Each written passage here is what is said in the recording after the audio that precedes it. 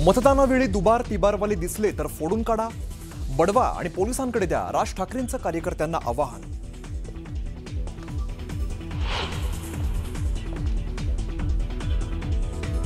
कल्याण डोंबिवलीच्या हजारो मतदारांनी केलं मलबार हिलमध्ये मतदान। राज ठाकरेंनी दाखवला दुबार मतदार याद्यांचा गठ्ठा। याद्या स्वच्छ झाल्यावरच निवडणूक घ्या, ठाकरेंची मागणी।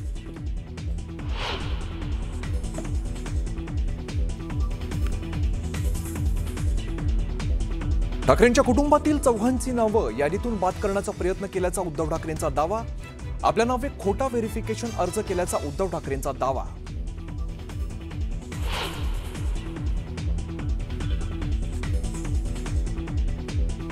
मुख्यमंत्र्यांनी मान्य केलं मतचोरी होते, निवडणूक आयोग म्हणजे भाजपाचे नोकर। आयोगाचा सर्व्हर कोणाच्या तरी ऑफिसमध्ये, उद्धव ठाकरेंचा घणाघात।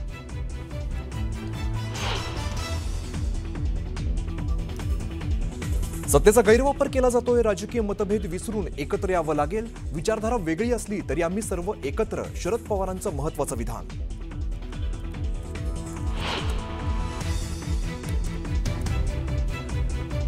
सध्याच्या मोर्चात राज आणि उद्धव ठाकरे एकत्र। मोर्चात ठाकरेंसोबत शरद पवार, सुप्रिया सुळे, विजय वडेट्टीवार, बाळासाहेब थोरातांसह अनेक नेते सहभागी।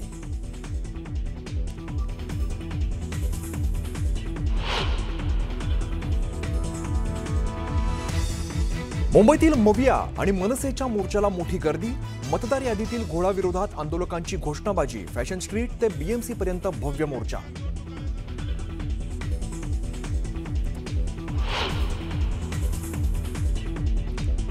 उद्धव ठाकरेंनी वाळवीसारखी मुंबई खाल्ली, मुंबई विकली, भ्रष्टाचार केला। अमित साटम यांची उद्धव ठाकरेंवरती घणाघाती टीका। मुकमोर्चातून भाजप नेत्यांचं विरोधकांना जोरदार प्रत्युत्तर।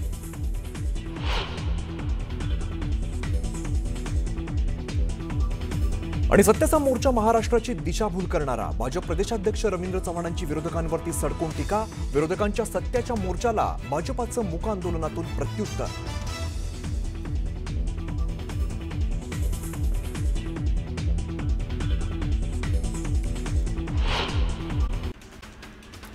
मुंबईमध्ये महाविकास आघाडी आणि मनसेनं बोगस मतदानाविरोधामध्ये सत्याचा मोर्चा काढला। या मोर्चामध्ये मोठ्या संख्येने नागरिकांनी सहभाग घेतला होता। मोर्चेकरांनी हातात विविध फलक घेत सहभाग नोंदवला।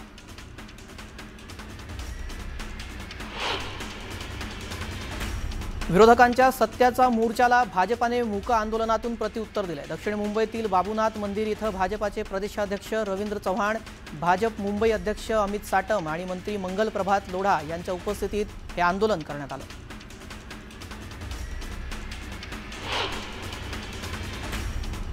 मनसे अध्यक्ष राज ठाकरेंनी मोर्चात सहभागी होण्यासाठी लोकलमधून प्रवास केला। दादर ते चर्चगेट स्थानकापर्यंत राज ठाकरे मनसे नेत्यांसह लोकलमधून प्रवास करताना दिसले।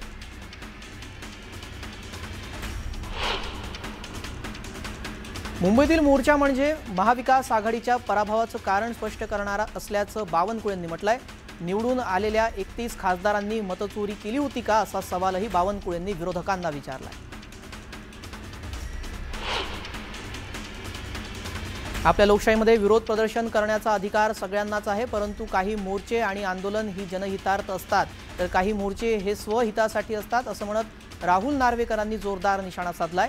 तर स्वतःच्या स्वार्थासाठी केलेली आंदोलनं आणि मोर्चातून जनतेचं नुकसान होतं, असाही टोला त्यांनी लगावला। भरकटलेल्या हतबल नेत्यांचा हा मोर्चा सत्याचा नाही तर अपयशाच्या नाकर्तेपणाच्या कबुलीचा मोर्चा आहे, असं म्हणत केशव उपाध्यायांनी ट्विट करत विरोधकांच्या मोर्चावर निशाणा साधलाय।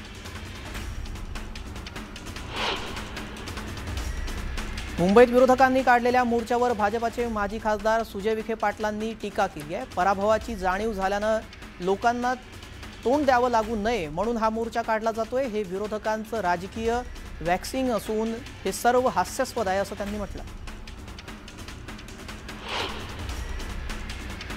धुळे शहर विधानसभा मतदारसंघात 45,000 बोगस मतदार असल्याचा आरोप अनिल गोटेंनी केलाय। बोगस मतदारांची नावं काढून टाकण्याची मागणी निवडणूक आयोगाकडे केल्याची माहिती त्यांनी दिली। सोलापूरमध्ये ठाकरेंच्या शिवसेनेचे नेते शरद कोळींचा बोलताना त्यांची जीभ घसरली आहे। निवडणुकीवेळी बोगस मतदान आणि बोगस याद्या सापडल्या तर संबंधित बूथवरील अधिकारी आणि कर्मचाऱ्यांचे हातपाय तोडण्याचा इशारा त्यांनी दिला।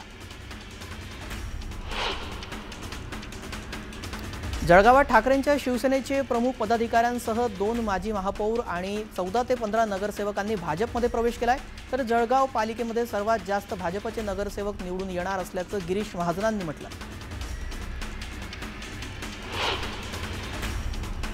खेडचे माजी आमदार दिलीप मोहिते यांनी पक्ष नेतृत्वावरती नाराजी व्यक्त केली आहे। यामुळे पुणे जिल्ह्यामध्ये राष्ट्रवादीमध्ये अंतर्गत वाद असल्याचं समोर आलं।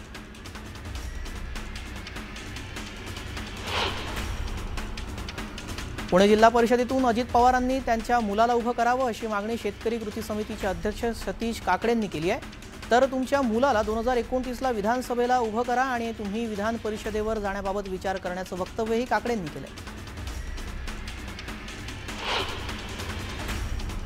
भाजपचे माजी खासदार सुजय विखे पुन्हा संगमनेरच्या राजकारणात सक्रिय झाल्याचं दिसतंय।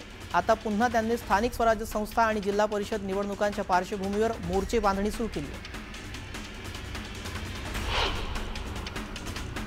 शहापूरमध्ये राष्ट्रवादी शरद पवारांचा पक्ष आणि भाजपाला मोठा झटका बसलाय। शेकडो कार्यकर्त्यांनी शिंदेंच्या शिवसेनेत प्रवेश केलाय। जिल्हा परिषद पंचायत समिती निवडणुकांच्या पार्श्वभूमीवर हा मोठा विजय मानला जातोय।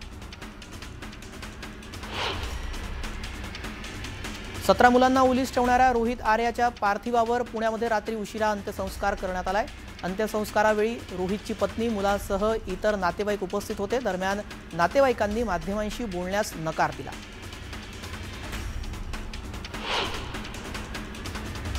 धाराशिव शहरातील रस्त्याच्या स्थगितीच्या मुद्द्यावरून महायुतीमध्ये वाद सुरू असल्याचं समोर आलंय। लाडक्या ठेकेदारासाठी 18 महिने काम भाजप आमदार राणा पाटील यांनी स्थगित केलं, तर आता पालिका प्रशासनानं 2 कोटींचा व्यवहार केल्याचा शिवसेनेनं आरोप केलाय। कर्जमाफीची घोषणा अपुरी असल्याची टीका विजय जावधी यांनी केलेली आहे। तर नवीन कर्जाशिवाय शेतकऱ्यांना दिलासा मिळणार नसल्याचं वक्तव्यही केलं।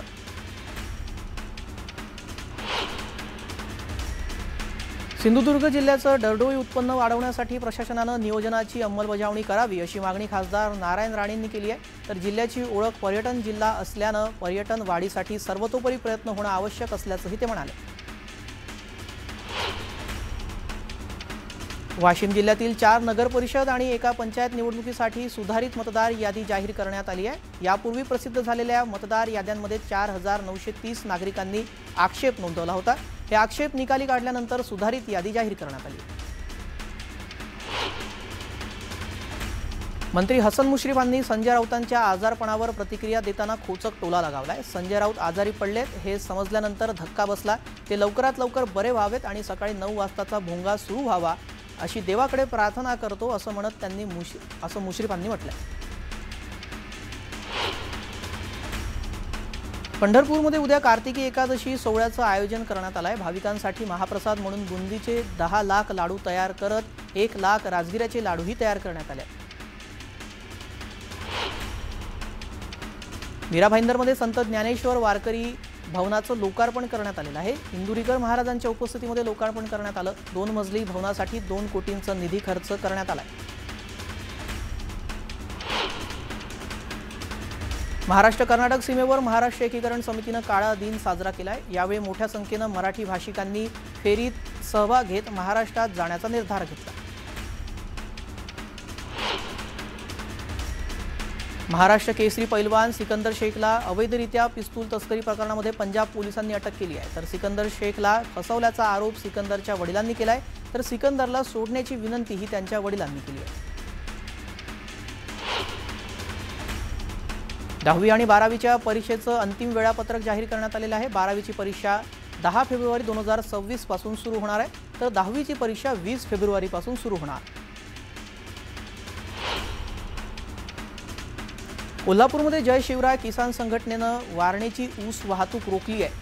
मागील हंगामाचा ऊसाचा हिशोब न दिल्यानं वाहतूक रोखली आहे। 1 नोव्हेंबर 2025 पासून तात्यासाहेब कोरे वारणा साखर कारखाना सुरू केलेला आहे।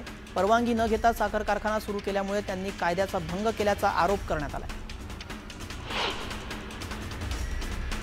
बांगलादेशात आयात शुल्क वाढवल्यानं संत्रा उत्पादक शेतकरी अडचणीत सापडलाय। त्यामुळे अमरावती जिल्ह्यातील संत्रा उत्पादक शेतकरी आर्थिक चिंतेत सापडलाय। अकोल्यातील नाफेडच्या सोयाबीन खरेदी केंद्रामध्ये ऑनलाईन नोंदीत गोंधळ झाल्यानं नोंदणीसाठी आलेल्या शेतकऱ्यांना दिवसभर रांगेत उभं राहावं लागलं। त्यामुळे आता शेतकऱ्यांनी यंत्रणेच्या कार्यप्रणालीवर संताप व्यक्त केलाय। नोंदणी केंद्राबाहेर सेतू केंद्रावरही नोंदणी सुरू करावी अशी मागणी शेतकऱ्यांनी केली आहे।